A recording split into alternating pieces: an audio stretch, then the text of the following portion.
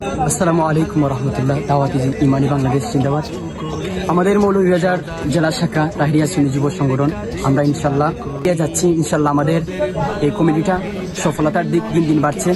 আর আমরা চেষ্টা করব আমাদের আহলে সুন্নাত ওয়াল জামাতের সাথে যখনই ডাক দেওয়া হবে আমাদেরকে, আমরা কোনো অজুহাত দিয়ে এই মিটিংগুলো থেকে দূরে সরে যাব না। আমরা সবসময় চেষ্টা করবো ইনশাল্লাহ আমাদের যা কিছু আছে টাকা পয়সা দিয়ে যে সবসময় সাহায্য করতে হবে এমন নয়। আমাদের গুরুত্বপূর্ণ মতামত আমাদের সময় দিয়ে আমরা চেষ্টা করবো আসার।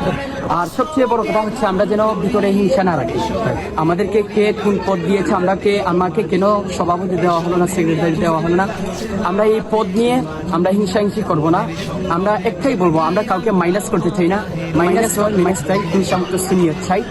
আর সবচেয়ে বড় কথা হলো আমরা চেষ্টা করবো এই মুখ চলে গেলে যে আমাদের সংগঠনটা নষ্ট হয়ে যাবে, কথাটা কিন্তু এমন না।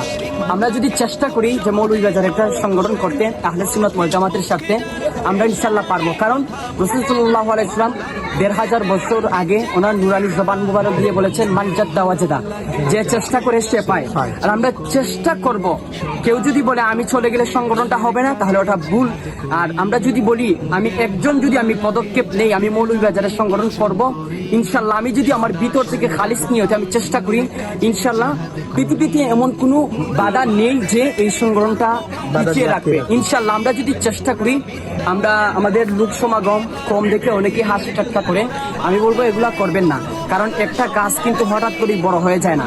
গাছটা যখন উঠে এটার উপরে অনেক মানুষ পাড়া দেয়, অনেক কিছুই আসে। তো যেহেতু আমরা মানুষ এত বেশি না, আমরা ইনশাল্লাহ পা করে এগিয়ে যাবো। ইনশাল্লাহ আমাদের জন্য সবাই দোয়া করবেন।